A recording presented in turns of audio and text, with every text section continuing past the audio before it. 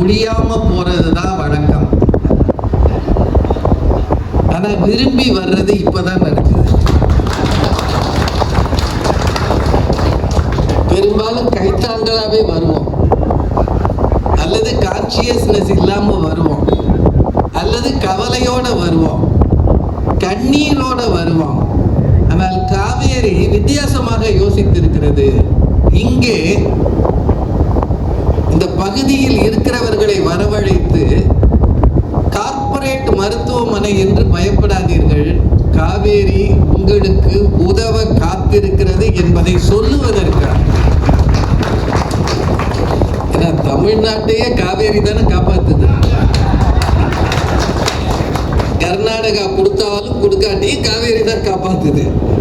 அதனால மருத்துவமனைக்கு அவங்க பேர் வைக்கும் போதே காவேரின்னு வச்சிருக்கும் போது, அந்த சோழர்களை பற்றி ஒரு புத்தகம் எனக்கு கொடுத்தாங்க. நாங்களாம் திருச்சி அப்படின்னாங்க.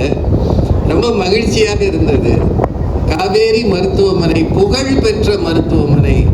ஆனால் மார்கழியில் காவேரி என்றெல்லாம் அவர்கள் இசை நிகழ்ச்சி நடத்துறாங்கன்னு கேட்கும்போது உண்மையிலேயே பெருமையாகவும் மகிழ்வாகவும் இருக்கிறது.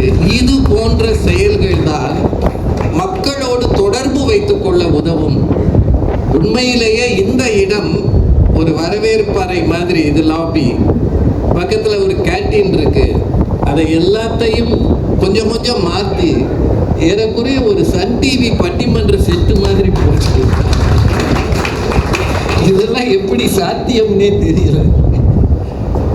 இந்த ஏற்பாடுகளை செய்திருக்கிற நிர்வாகத்துக்கு எங்கள் பட்டிமன்ற குழுவின் சார்பிலே என்னுடைய நன்றியை தெரிவித்துக் கொள்கிறேன்.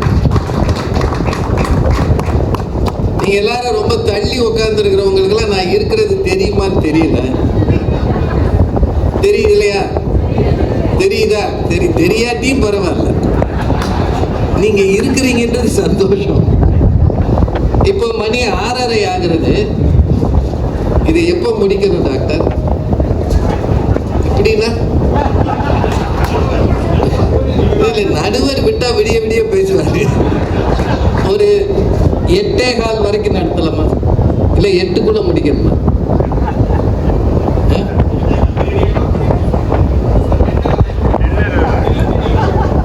டின்னர் இருக்கா? அப்ப இப்பயே கொடுத்துடலாமே.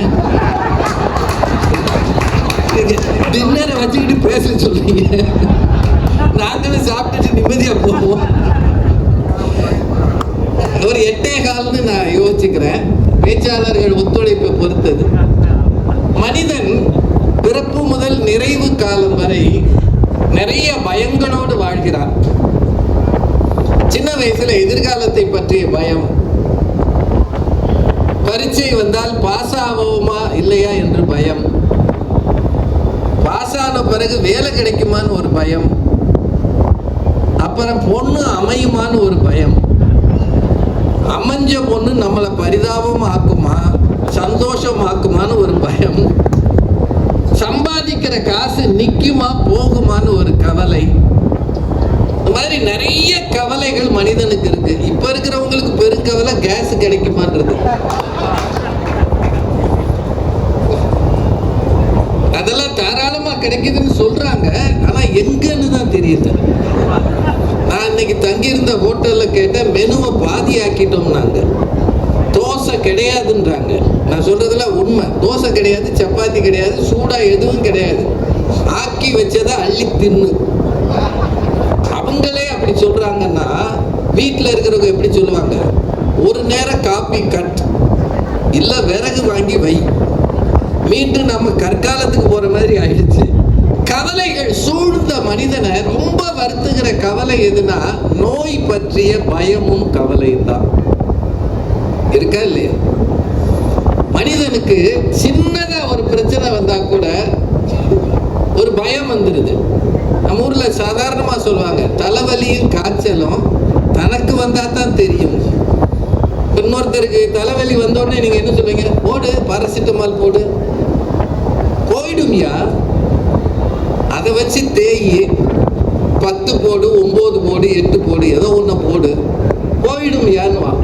அடுத்தவர்களுக்கு ஆலோசனை சொல்கிற மருத்துவர்களாக அத்தனை பேரும் இருப்பார்கள். ஆனால் தனக்கு வந்தால் நொந்து போவார்கள்.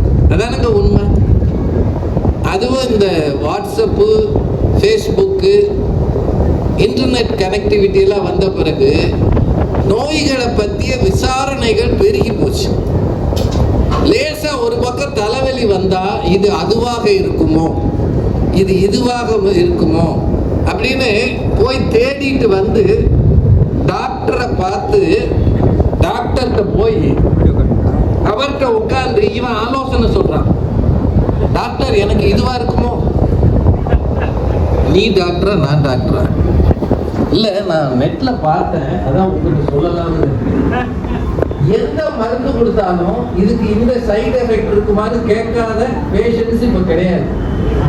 இந்த காலத்துல டாக்டரா இருக்கிறதே ரொம்ப கஷ்டம். டாக்டர்கள் முன்னாடி நான் பேசும்போது பயந்து பயந்து பேச வேண்டியது.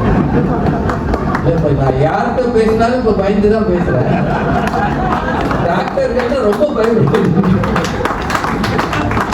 உனக்கு என்ன தெரியும், நீங்களாம் இதை பத்தி பேசுறேன்னு யாராவது சொல்லிடுவாங்க. அது ஒரு பெரிய சிக்கல் தான். அதனால எல்லாவற்றையும் அரைகுறையாக தெரிந்து கொண்டு சுய வைத்தியம் செய்வதும் இன்றைக்கு பெருகி இருக்கிறது.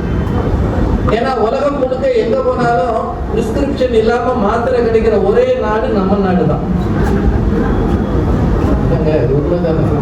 போற போக்குல எந்த மாத்திரையும் 10-20 வாங்கி மொத்தமா முழுக்கலாம். தூக்க மாத்திரையை மட்டும் தனியா தரமாட்டாங்க. கூட இன்னொன்னு வாங்கினா அதையும் கொடுத்துருவாங்க. இன்னொன்னு சேர்த்து வாங்கினா இதையும் கொடுத்துருவாங்க. இப்போ செல்ஃப் மெடிகேஷன், சுயமாக யோசித்தல், பயப்படுதல், இதெல்லாம் உண்டு. எந்த ஒரு இன்வெஸ்டிகேஷனுக்கும் உடனே ஒத்துக்காதவங்க நிறைய இருக்கிறாங்க. அது எதுக்கு டாக்டர், அது இல்லாமலே செய்ய முடியாதா? ஊசிக்கு பயப்படுறவங்க நிறைய பேர் இருக்காங்க. மாத்திரை பெருசா இருந்தா உடச்சு முழுங்குறாங்க நிறைய. இவ்வளவு மாத்திரை எதுக்கு அப்படின்றவங்க இருக்கிறாங்க. அதை விட முக்கியம், இந்த கோர்ஸ் முடிங்கன்னு சொன்னா பாதியில நிறுத்துறவங்க நிறைய இருக்கிறாங்க. இருக்கிறாங்களா இல்லையா? இப்ப நான் கேட்கறதெல்லாம் உங்கள்கிட்ட தான் கேட்கிறேன். நீங்களும் அந்த இப்படியே உட்கார்ந்துருக்கீங்களா? ஏதோ கன்சல்டேஷனுக்கு வந்த மாதிரி இருக்கு, பட்டிமன்றத்துக்கு வந்த மாதிரி இருக்கு. பட்டிமன்றத்துல நீங்க கொஞ்சம் உற்சாகமா சிரிச்ச முகமா, பிடிக்குதோ பிடிக்கலையா வந்துட்டோம்,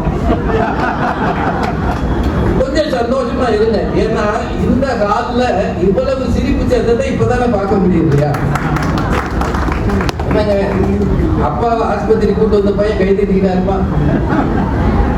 ஆனா இந்த வளாகத்துல இவ்வளவு பேர் கூடி கை தட்டி மகிழ்கிறீர்கள் என்றால் அது காவேரி மருத்துவமனை தந்த கொடை. யாரும் இதை செய்ய மாட்டாங்க. அந்த பக்கம் என் பேர சாப்பாடு நடக்குதுன்னு நினைக்கிறேன். அதனால எங்க சாப்பாடு நடந்தாலும் சத்தம் ஜாஸ்தியா இதுக்கு மத்தியில தான் பட்சி கொஞ்சம் நடத்தும்.